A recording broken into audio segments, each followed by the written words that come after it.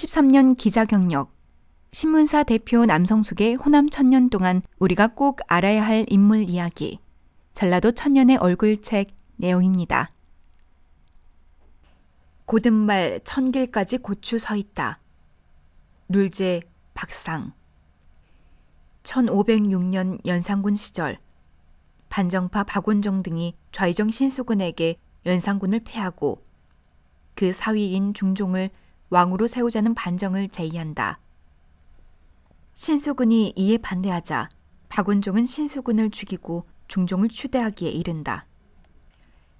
박원종은 신수군의 딸이 왕비로 있다는 사실이 두려워 신씨를 폐위시킨다. 중종은 다음에 윤여필의 딸을 비로 삼았다.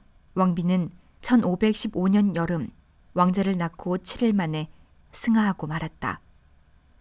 1515년 담양 부사이던 룰제 박상은 무한현감 석헌 류옥, 순창군수 충암 김정 등과 함께 순창 강천사 3인대에서 뜻을 모아 신비 보기소를 올렸다. 이 상소는 중종 반정으로 폐위된 당경왕후 신씨를 복위시키고 박원종 등 3명의 훈신이 국몰이 내쫓은 죄를 물을 것을 요구했다. 제왕이 하늘의 뜻으로 자리에 오르는 도리는 올바름으로 그 근본을 삼아야 합니다. 지금 국무 자리가 없으니 신씨를 회복시켜 대의를 보존하고 박원종 등의 죄를 밝혀 당대와 만세에 다시는 이런 일이 없도록 해야 할 것입니다. 상소는 당연히 조정의 파문을 일으켰다. 늙은 대신들은 박상의 상소에 반대했고 젊은 사림들은 찬성했다. 끝내 대신들은 박상의 상소가 국가 기강을 흔들었다고 보고 죄를 주라고 주장했다. 결국 박상과 김정은 귀양을 갖고 류옥은 노모를 봉양해야 한다는 이유로 명단에서 빠져 처벌을 면했다. 상소를 둘러싸고 논란이 벌어지던 때 조광조가 나서 임금은 언로를 넓혀 위아래 의견을 폭넓게 들어야 하는데 신하의 진언에 벌을 주면 언로가 막힐 것이다. 언로가 통하면 국가의 치안이 되고 언로가 막히면 국가가 난망한다는 주청을 올렸다. 신비 보기소는 신진살인파와 당시 집권층인 훈구파와 반정공신이 정면으로 격돌한 사건이다. 이 사건은 사림들의 의리정신을 일깨워 사림들이 다시 결집하게 되는 계기가 되었으며 4년 후 기묘사화의 불씨가 되었다. 살인파를 두려워한 중종과 조정 대신들의 갈등은 1518년 토지 소유 규모를 제한하고 토지를 비교적 균등하게 소유하도록 하는 한전제, 균전제가 시행되면서 극에 달했다. 게다가 1519년 살인파는 중종 반정 때 부당하게 공신이 된 사람들을 가려내 78명을 공신록에서 지우는 위훈 삭제를 함으로써 훈구 대신들과 격렬하게 대립했다. 결국 조광조를 중심으로 한 살인파의 대두에 철퇴를 내리고자 하는 훈구 대신들의 반격은 1519년 기묘사화로 이어졌다.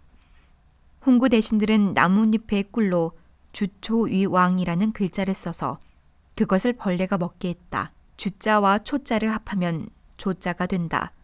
조씨, 즉 조광조가 왕이 된다는 설을 만들어 사화를 일으켰다. 그의 조광조는 능주로 유배되었다가 사약을 받는다.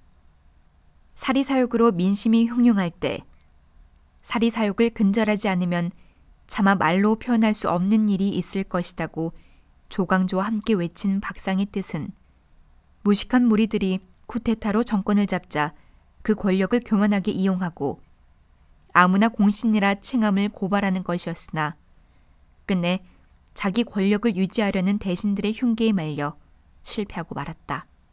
그러나 그들은 끝나지 않았다. 추풍 낙엽처럼 떨어진 사림들은 사림 정신으로 되살아나고 있었다. 부모 상중이어서 기묘사화의 화를 면한 박상은 광주 광산구 소촌동에 사당을 짓고 끊임없이 왕의 도를 설파했다. 왕의 도는 정으로부터 시작되는 것이니 강복한 신하들에게 압제를 받지 말고 일륜의 근본과 왕도의 처음을 바로잡아 도리를 세워 중화를 발휘하고 만물의 화육이 이루어져서 천심을 안정시킬 것. 국가의 모든 화는 사리사욕으로 이루어지니 그 싹이 보이면 국가는 뼛속까지 병들게 되니 이를 막아야 한다. 도리에 어긋나는 일을 만나면 적당히 타협하거나 눈감음 없이 당당한 자세로 기어이 자신의 소신을 실천한 선비 박상. 15세 아버지를 여의고 몇 년 후에는 자식과 아내를 차례로 떠나보내는 불행을 겪었다. 가정적인 불행이 계속되는 동안 학문에 정진한 그는 23살에 진사시에 합격했으며 28살에는 과거 의과에 급제해 교소관 정자가 되었다. 이후 승문원 교검을 거쳐 54세가 되던 해 나주 목사가 되기까지 내외의 관직을 두루 역임했다. 30여 년의 관직 생활 동안 그는 시종일관 강직하게 대의를 지키고 현실과 타협하지 않는 선비로서의 기상을 견지했다는 후평이다. 광주 올봉서원에 재앙되었으며 1688년 이조 판서에 추증되었다. 저서에는 룰제집이 있다. 1530년 그가 광주 광산구 방화동 본가에서 세상을 떠나자 왕은 예관을 보내 제사를 지내도록 했다. 예관 김용기는 격한 어조로 제문을 읽어갔다. 절개는 완악한 자와 나약한 자를 분발하게 하고 시는 풍류와 어울린다. 경은 일개 지방 수령으로서 궁궐에 외쳐 피를 짜내어 무너지려는 기강을 세우고 백골이 된 잔악한 자들을 징벌하였으니 고든 말과 바른 의가 하늘 까마득한 데까지 치드른지라. 천길까지 고추 서 있어 찬연하다. 바른 행동으로 민중의 귀감이 된 박상. 그는 역사의 소용돌이 속에서 용기 있게 한관, 호남정신, 광주정신의 물꼬를 튼 기묘 명현의 1인자요. 오늘 우리가 지표로 삼을 만한 공무원상을 제시한 인물이다.